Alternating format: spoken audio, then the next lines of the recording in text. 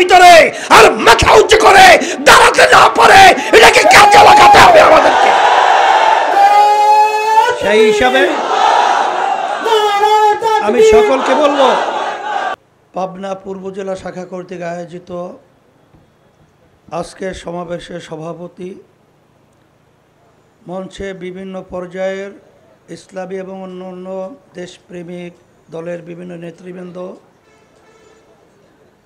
সম্মানিত ওলামায়ে কেরাম, সাংবাদিক বন্ধুগণ, প্রশাসনের ভাইরা আর ইসলাম প্রেমিক দেশপ্রেমিক আমার ভাইরা, ইসলামী আন্দোলন বাংলাদেশ কি চায়, আমাদের লক্ষ্য উদ্দেশ্য কি? ইতিমধ্যেই বিভিন্ন আলোচকরা গুরুত্বপূর্ণ আলোচনা রেখেছেন। এরপরেও আমি সংক্ষেপে আপনাদেরকে স্মরণ করাইয়া দিচ্ছি, ইসলামী আন্দোলন বাংলাদেশ এর মূল লক্ষ্য হল দুনিয়াতে শান্তি, আখেরাতে মুক্তি। আজকে বাংলাদেশ স্বাধীন হলো 53 বছর শেষ হয়ে 54 বছর চলছে। যেই নীতি আদর্শের মাধ্যমে 53 বছর দেশ চলেছিল, এই 53 বছরে আমরা পেয়েছি 5 বার তামাম দুনিয়ার ভিতরে এই সুন্দর দেশটা এরা তামাম দুনিয়ার ভিতরে চোরের দিক থেকে ফার্স্ট বানিয়েছে। এদের পরিচালনা আমরা পেয়েছি হাজার হাজার মায়ের কোল সন্তান হারা করেছে। এদের পরিচালনায় আমরা পেয়েছি লক্ষ লক্ষ কোটি কোটি কোটি কোটি টাকা, 24 লক্ষ কোটি টাকার উপরে এই সময়ের ভিতরে তারা বিদেশে পাচার করেছে। এই দেশের ভিতরে আমরা যদি নিগুড়ভাবে নজর রাখি, শিক্ষা অঙ্গনকে ধ্বংস করে ফেলেছিল, মিথ্যা কেসের মাধ্যমে হাজার হাজার লক্ষ লক্ষ পরিবারকে ধ্বংস করে ফেলেছিল। সবচেয়ে বড় একটা কঠিন বিষয় হলো এই 53 বছরে, বিশেষ করে 15.5 বছর যারা দেশ পরিচালনা করেছিল ফ্যাসিস্ট, ওদের পরিচালনায় আমাদের এই দেশটা এক পর্যায়ে ভারতের অঙ্গরাজ্য হিসাবেই তারা দেশটাকে পরিচালনা করেছে। ওই ব্যাখ্যায় আমি যাব না, আপনারা সচেতন যারা সবাই বোঝেন। 5ই আগস্টের পরে এখন এই দেশ সুন্দর তৈরি করার একটা ক্ষেত্র তৈরি হয়েছে, যেই ক্ষেত্রটা 53 বছরে ছিল না। এখন এই সুযোগে যদি আমরা এই দেশটা গড়া এবং মানবতার কল্যাণ, ইসলামের কল্যাণের ব্যাপারে যদি আমরা সচেতন না হই, তাহলে ইতিহাস যখন নাকি আমাদের ভবিষ্যৎ প্রজন্ম সন্তানেরা পড়বে, তখন আমাদেরকে তারা ধিক্কার জানাবে, আমাদেরকে তারা ঘৃণা করবে এবং আমাদেরকে নিয়ে তারা বিভিন্ন কটূক্তিমূলক ঘৃণাসূচক আলোচনা করবে। এই লক্ষ্যে ইসলামী আন্দোলন বাংলাদেশ আমরা দেখেছি যে 5ই আগস্টের পরে এই দেশ এখন তৈরি হয়েছে ইসলামের পক্ষে। সবাই বলি আলহামদুলিল্লাহ। এর কারণ হিসেবে আমি বলবো, কারণ এদেশের মানুষ আমরা আওয়ামী লীগের শাসন দেখেছি, বিএনপির শাসন দেখেছি, জাতীয় পার্টির শাসন দেখেছি, মাঝখানে কিছুদিন অন্য অন্য শাসন দেখেছি, কিন্তু ইসলামের নীতি আদর্শের শাসন আমরা দেখি নাই। ইসলামী নীতি আদর্শ এমন এক নীতি আদর্শ, যেই নীতি আদর্শের মাধ্যমে একটা পিপিলিকা পর্যন্ত তার স্বাধীনতা নিশ্চয়তার গ্যারান্টি হিসাবে বসবাস করতে পারে। আল্লাহ রাসূল সাল্লাল্লাহু আলাইহি ওয়াসাল্লাম বলেছেন, অনর্থক তোমরা একটা গাছের পাতাও ছিঁড়বে না, তাহলে গাছটা কষ্ট পায়। আপনারা দেখেছেন ইসলামী নীতি আদর্শ, এর মাধ্যমে সুফলটা কি হয়? 5ই আগস্ট যখন অভ্যুত্থান হলো, তখন মায়ের কান্না তখনও বন্ধ হয় নাই। সন্তানকে হারিয়ে যখন বুক ফাটা চিৎকার করছিল যে আমার সন্তান আজকে কয়েকদিন পর্যন্ত আমাকে মা বলে ডাক দেয় না, সেই শব্দ এখন আমাদের কানে দুলিত হচ্ছে। আপনারা একটু আগে দেখেছেন যে আমার ভাই বক্তব্য রেখেছে, তার একটাই সন্তান, এই দেশের জন্য অন্যায় প্রতিবাদে তার সন্তানকে হারিয়ে আজকে তিনি আমাদের কাছে আবেদন করছেন, যার ফ্যাসিস্ট যেন, খুনি যেন, আর দুর্নীতিবাদ চাঁদাবাদ যেন বাংলার জমিনের ভিতরে আর মাথা উঁচু করে দাঁড়াতে না পারে, এটাকে কাজে লাগাতে হবে আমাদেরকে। সেই হিসাবে আমি সকলকে বলবো, আপনারা জানেন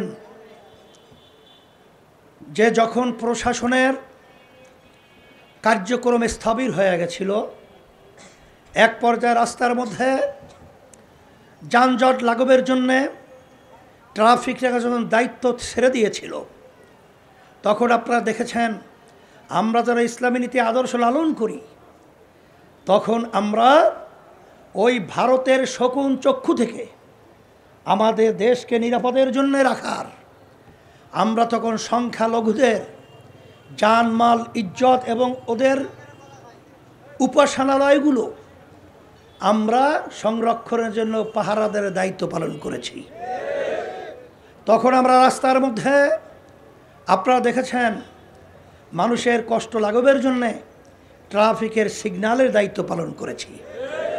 আর তখন এক শ্রেণীর, তখন তারা ব্যস্ত হয়ে গেছে চাঁদাবাজি করার জন্যে, তখন ওরা ব্যস্ত হয়ে গেছে ঘাট দখলের জন্যে, স্টেশন দখলের জন্যে, তখন ওরা বিভিন্ন কেস বাণিজ্য শুরু করেছে।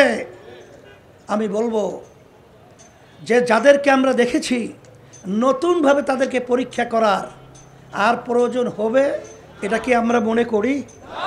এরা নতুনভাবে আমাদেরকে কি দিবে?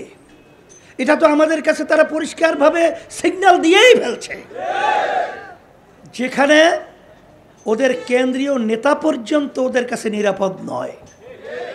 আপনারা দেখেছেন কিছুদিন আগে চিটাং রাউজানে, সেখানে ওদের কেন্দ্রীয় নেতার উপরে যেভাবে ওরা অত্যাচার এবং হামলা করেছে, আইয়ামে জাহিলিয়াতকেও ছাড়িয়ে ফেলছে। কি দেখেন নাই? তাহলে বোঝা গেল ওদের কাছে কেন্দ্রীয় নেতা ওদের কাছে নিরাপদ নয়। শুধু তাই নয়, ওদের দলীয় লোকরা ওদের কাছে নিরাপদ নয়।